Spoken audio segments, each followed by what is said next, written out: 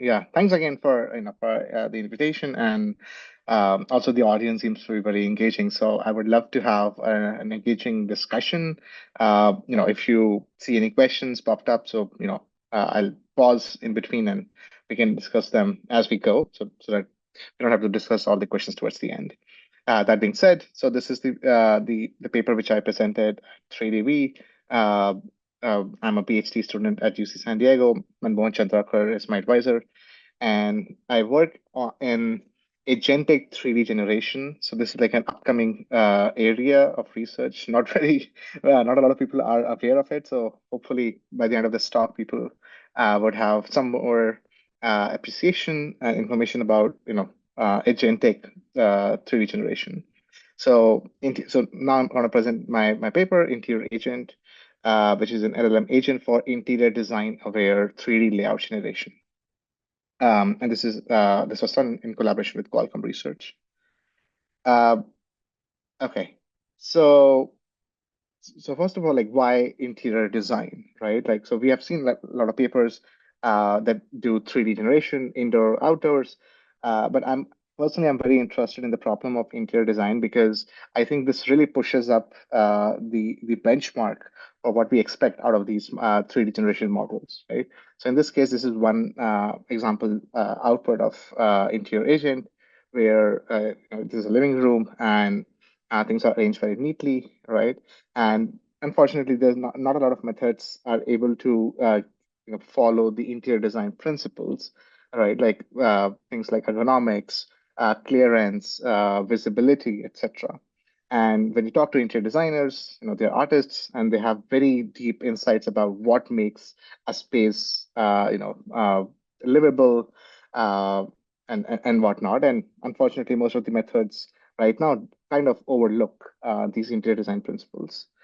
I'm just going to show you a brief video of what does it take to create such interior design aware layouts in for 3D, right? So for example, in this case, an artist is doing this creation in Blender, and as you can see, it takes a long time to do it, right? Like they have to manually import different assets, create them, assign them at different places one by one. And of course, like later on in the video, they also like apply materials to it. So it's a very tedious process overall. And uh, to get something which is like as a high quality as this, it's very intensive and requires hiring experts uh, in modeling, of course, but also in interior design. And we would like, as part of this research, we would like to make their job easier, right, and also democratize the 3D generation task. So, so creating interior design aware 3D layout generation is extremely expensive, and therefore there is an increased interest in automation techniques. Now, so what goes into creating a good interior design, right? So here, I just copied like an image from the internet.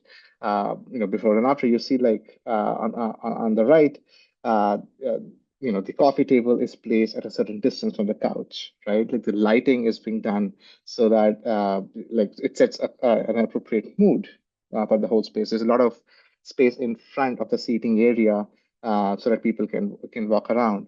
And also like the various arrangements of the furniture, etc., etc. There's so many different things which an interior designer has to take into account to make sure that the room is very functional and not only visually aesthetic. Um, Now, what would be the most trivial way to automate this process, right? So, let's say you have a prompt of a bedroom. Let's say you have some repository of 3D assets, right? So the problem of layout generation in this case is essentially assigning a 4D pose to each of these various assets, right? So in this case, you assign X, Y, Z, and theta for the bed, nightstand, cabinet, etc. And let's say if you have a large enough data set of like paired prompts and the assigned 4D poses, then the conventional wisdom dictates let's just find, let's just first of all find the largest data set and fit the largest possible model which we can, get our hands on. Okay. And this has, one way or the other has been the approach for 3D generation since a long time. However, as I note towards the bottom, it comes with a lot of difficulties, right? So for example, in 3D, as you may be aware, the data is not really available to that extent that we are used to in NLP or 2D computer vision, right? Not only that, if you want to add new capabilities to the model, then you require you know, going in search for bigger data sets, different data sets, and retraining larger models. And of course, like my favorite one is, let's say if you want to use some knowledge, information, like let's say generate layouts based on 2026 design trends. Now that is something which you do not find as easily in a data set, right? So therefore we see that the existing approach of training large models on a large enough data set for 3D generation is fairly limited, and and we want to like solve this. So of course we are not the first one to solve this problem. There are a lot of methods which are increasingly using large language models, pre-trained large language models, uh, to solve this problem. And overall, like the idea is to replace a neural network with an LLM. Okay, so given a prompt, you ask ChatGPT to assign the 4D pose for each of these different assets. Okay. Uh, it sounds pretty interesting, right? And also pretty straightforward. You don't have to train any big model. Just need to have an OpenAI, credits or Anthropic credits, and you're good to go. Unfortunately, this doesn't work in practice, right? And that's simply because VLMs lack sufficient spatial reasoning ability to actually reason about how to place the assets within a scene. Not to mention, also take into account the various considerations that go into creating a scene or a room which follows interior design principles, right? So yeah, so the traditional approaches do not work. Um, so what is our solution, right? So our solution is to create an abstraction between low-level spatial reasoning and high-level LLM operation, right? So and that abstraction comes by using a DSL or a domain-specific language, right? So just to give you an idea of what I'm talking about, right? Let's look at the program on the left and the same scene, that we saw earlier on the right. So here we are expressing this 3D scene as a Python program, which is written, in Python, but it's actually a domain-specific language built on top of Python, right? So you can, for example, you can add assets just by giving it given natural language description. So a bed, inside bed, a nightstand, lamp, a cabinet, etc. So you add assets like that, and then you just place a nightstand on top of a lamp, right? So it automatically figures out what would be the coordinate for the lamp, to be able to appear on top of the nightstand, right? And then you place the bed on the and then you place the nightstand on the back left of the bed, right? So this is back left, this is back right. You add a rug under the bed, and then you have a cabinet towards the further right. So you see, like over here, the LLM can actually write down this program and doesn't really have to worry about regressing or outputting the exact 4D pose for each of these different objects. And that can be offloaded to a compiler or a language, right? The language and the LLM this only needs to reason about the higher level placement. I'm going to pause here for a minute for if people have any questions about like the design philosophy of how we are approaching the problem of 3D generation.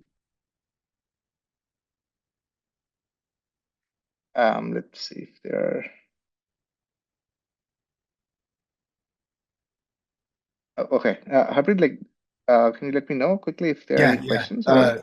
No questions yet. No questions yet. I Oh, was okay. Okay. given a moment to see if anybody wants to drop anything in, but we could save them for the end, and folks will drop Sure. them in the Q&A widget. Sure. Okay. Awesome. So yeah, having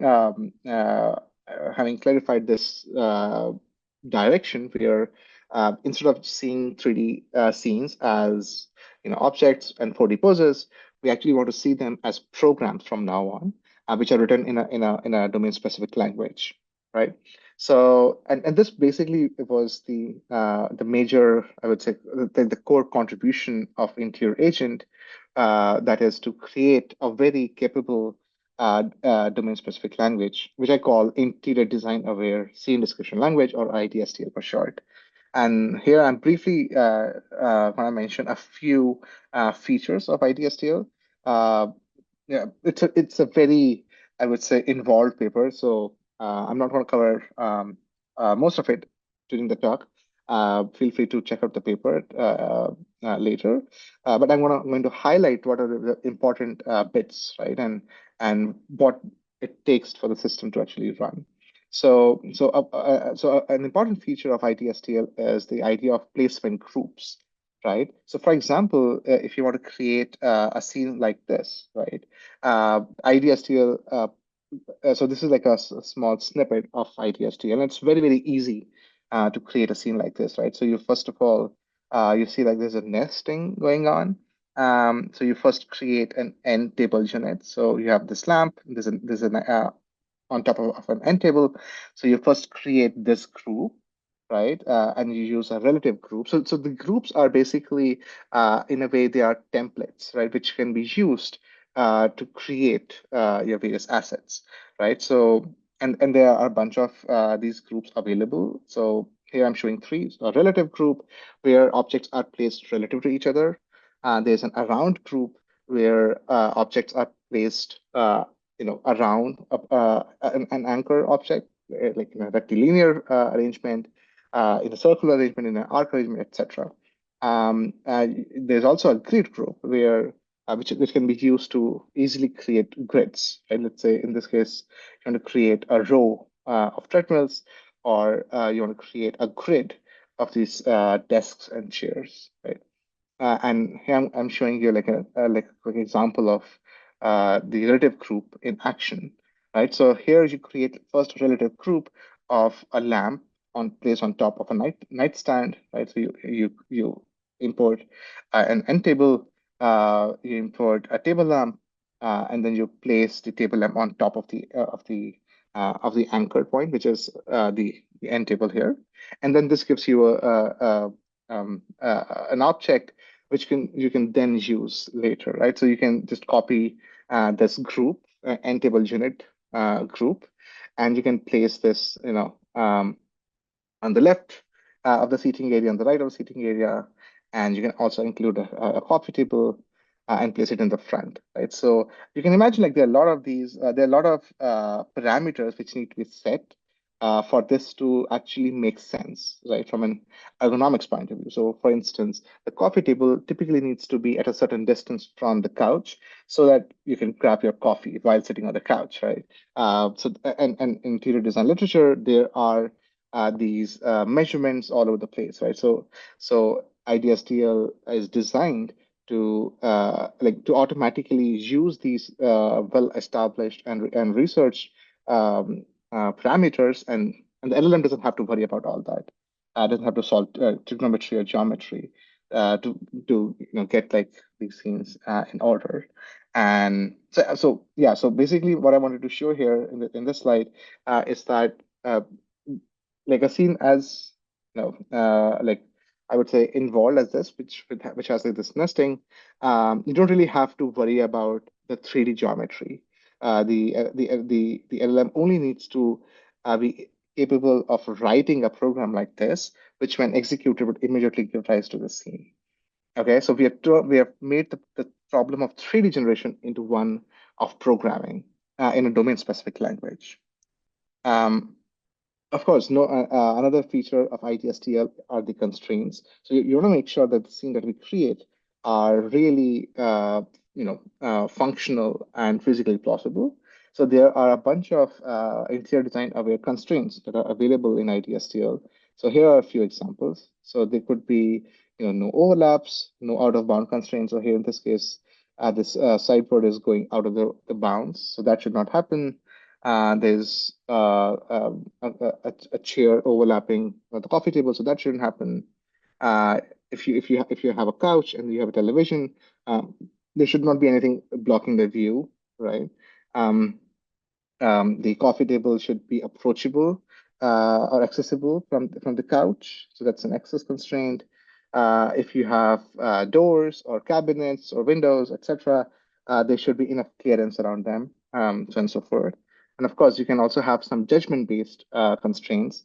Like, for example, it doesn't make any sense to have this large of a tree or a plant on top of your coffee table, right? And it's really not that big, etc.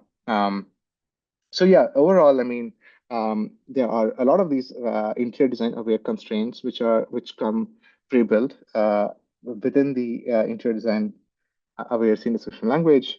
And one more really cool thing about this language is that you can add more of your own, right? So if you for your specific use case, you feel like, hey, these are not enough, I want to add my own constraints. So the language also provides capabilities to add them.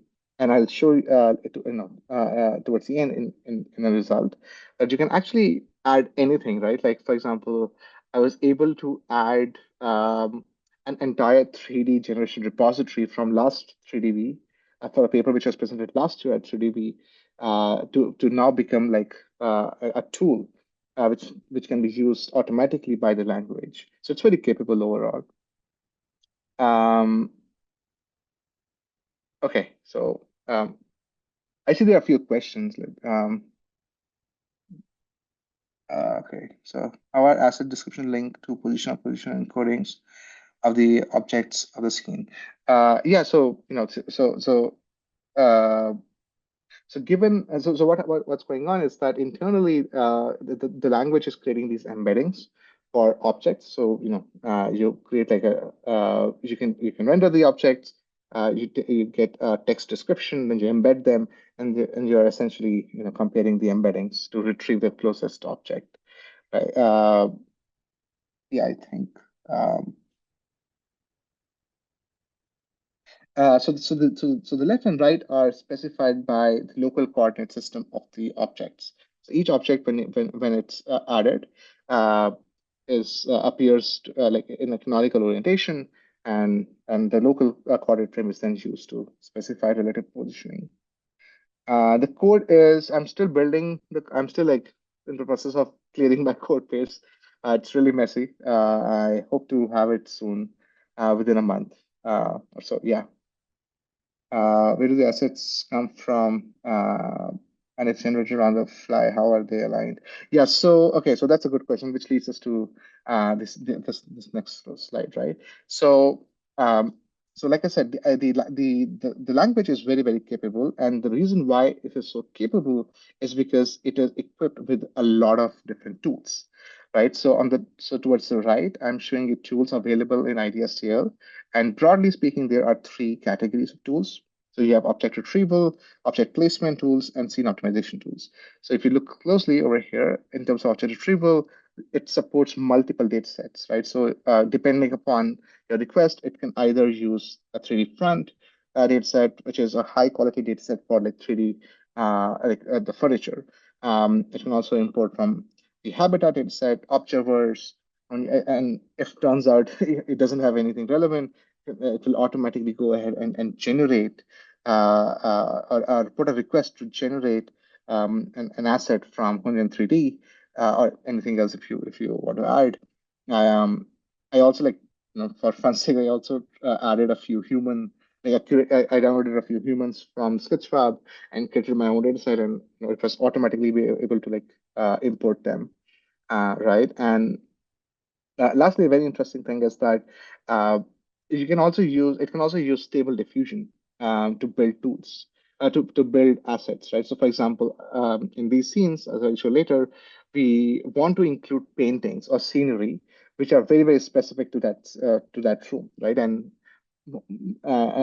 it's more likely that they will not be available in any of these datasets. So you can actually create a custom object retrieval method.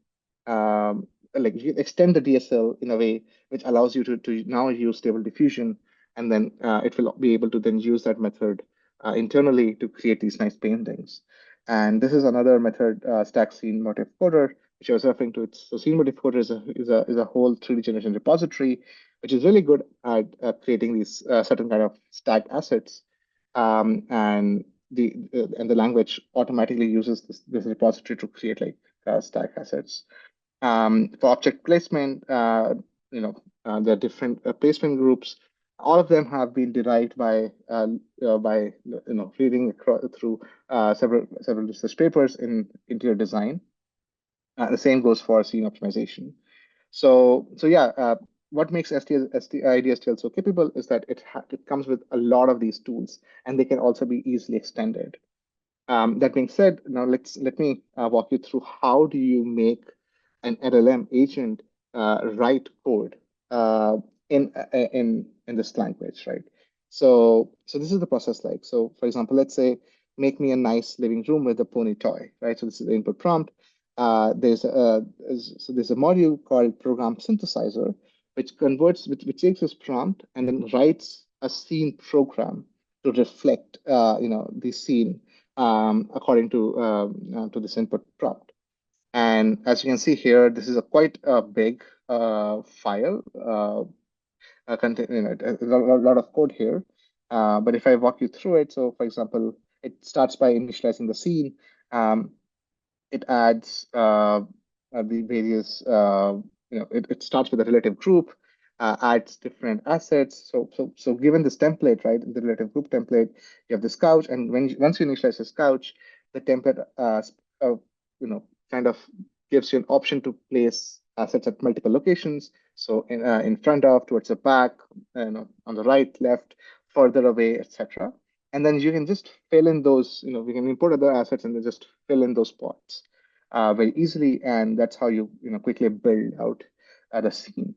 Um, and yeah, I'm not skipping over this for the interest of time, but this allows you to quickly build like really complex interior design, interior scenes without having to worry about the underlying 3D geometries or poses, right? And you can also, by the way, when you're writing these when you're writing these programs, you can also specify various constraints. So in this case, for example, in the seating area, there's an access constraint between sofa and the coffee table. This is to make sure that when the scene is created, the language would automatically take care of optimizing the distance between the coffee table as well as the couch. So all these optimization routines, it's automatically handled by the language once you specify that as a single line. Okay. And also so the gradient based constraints get automatically optimized.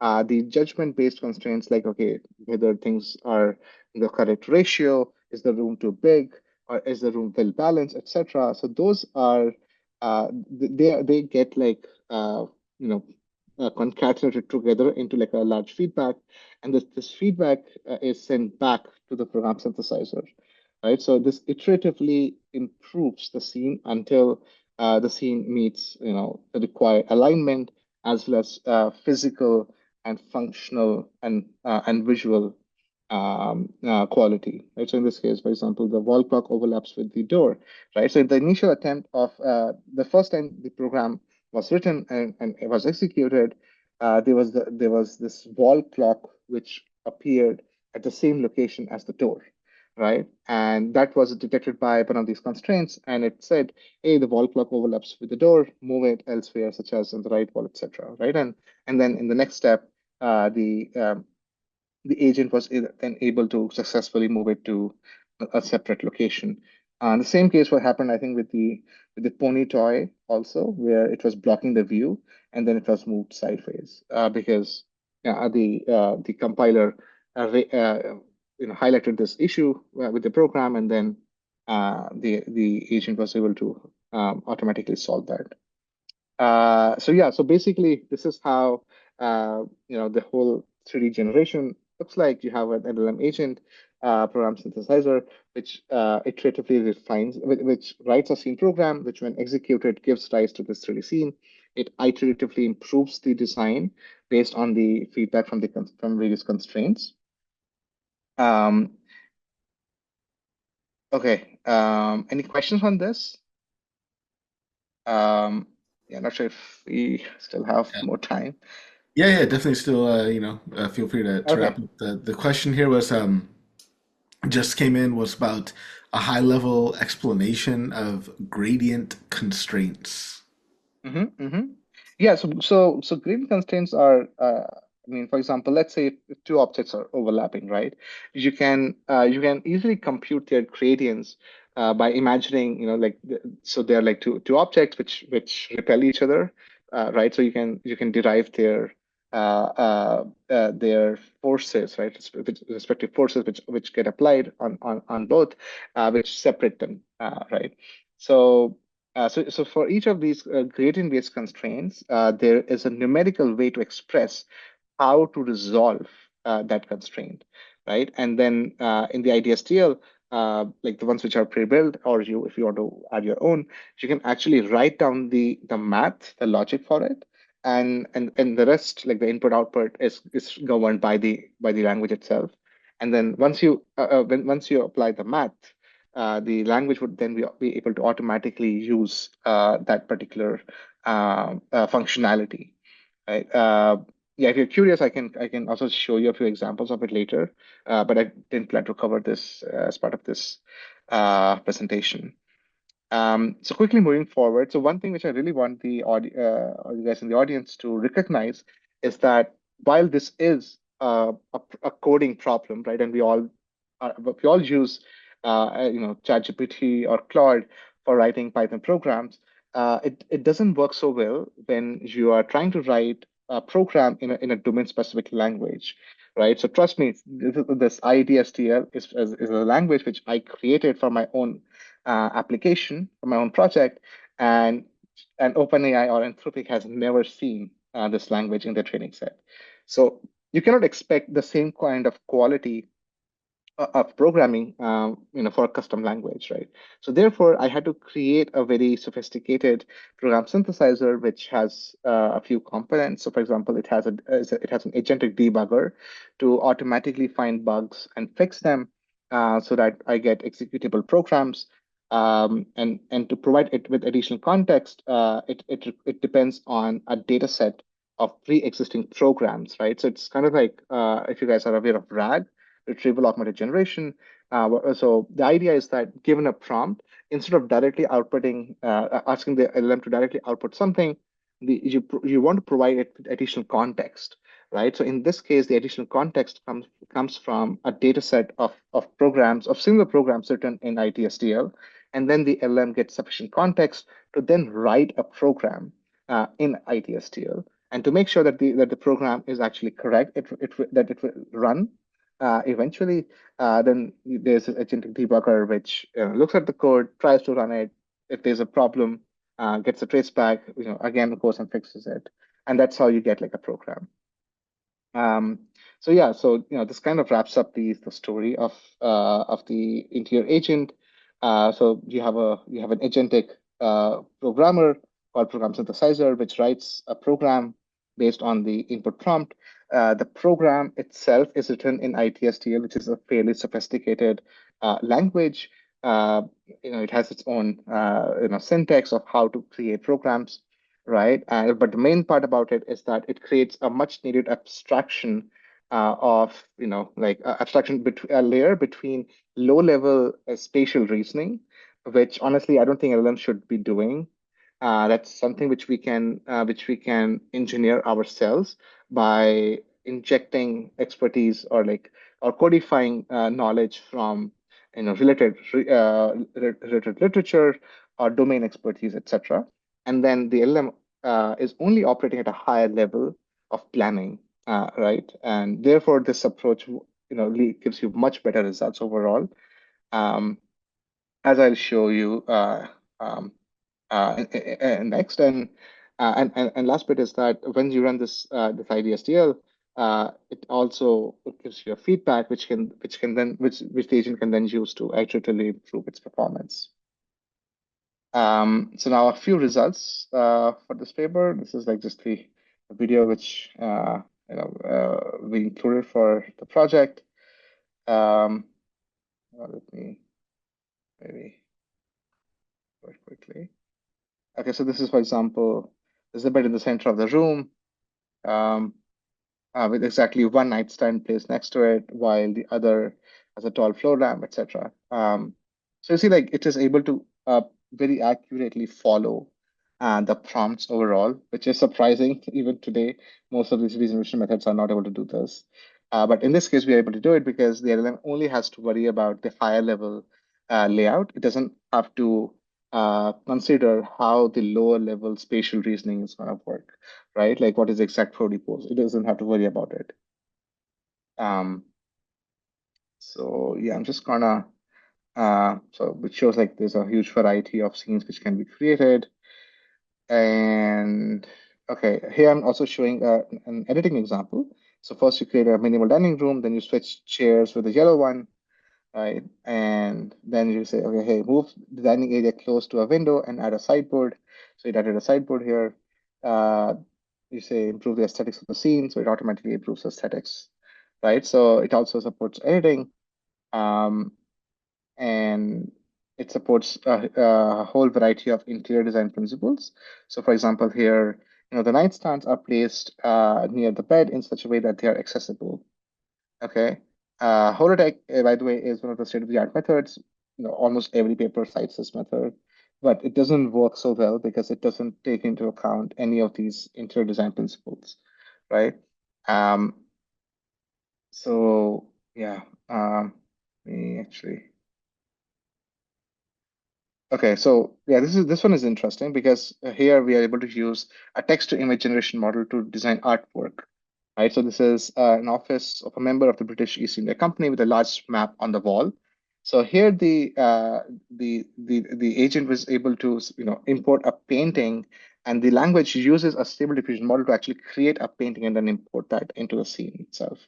So yeah, so there's no limit to how many different tools you can create, and then the language would be able to automatically include it in the generation process. So here, yeah, I'm showing like a classroom, uh, a hospital.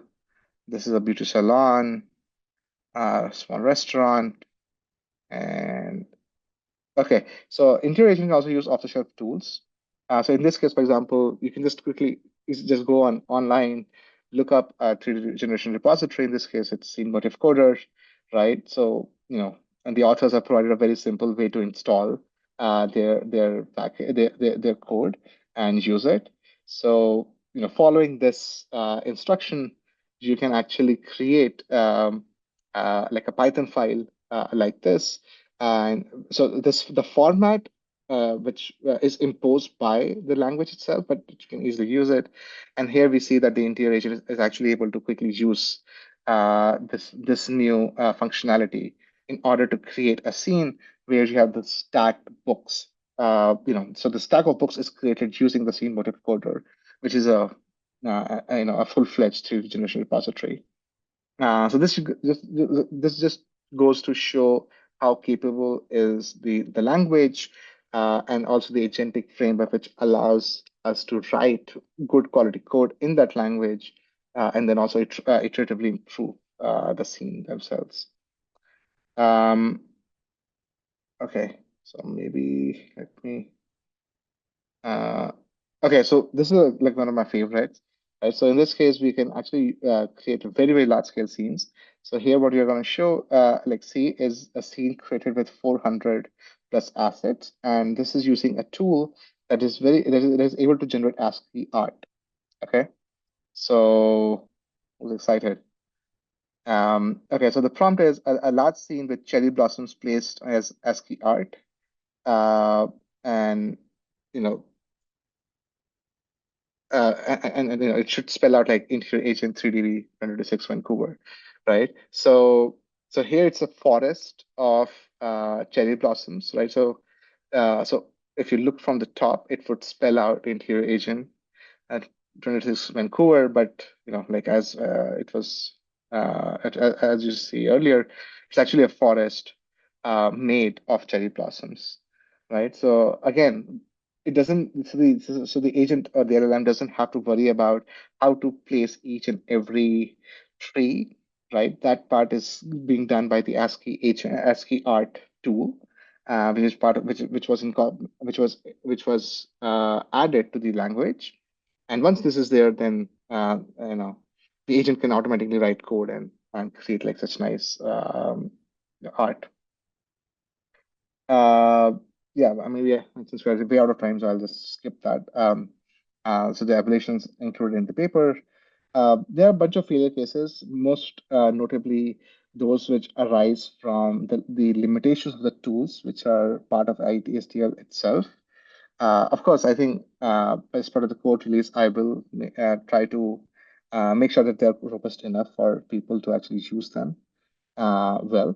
But yeah, that's the failure cases, and I'm excited to see how other people can use similar framework for their own case, right? So I think if you can take one idea back home with you guys, it is that for our specific or for our individual problems, right?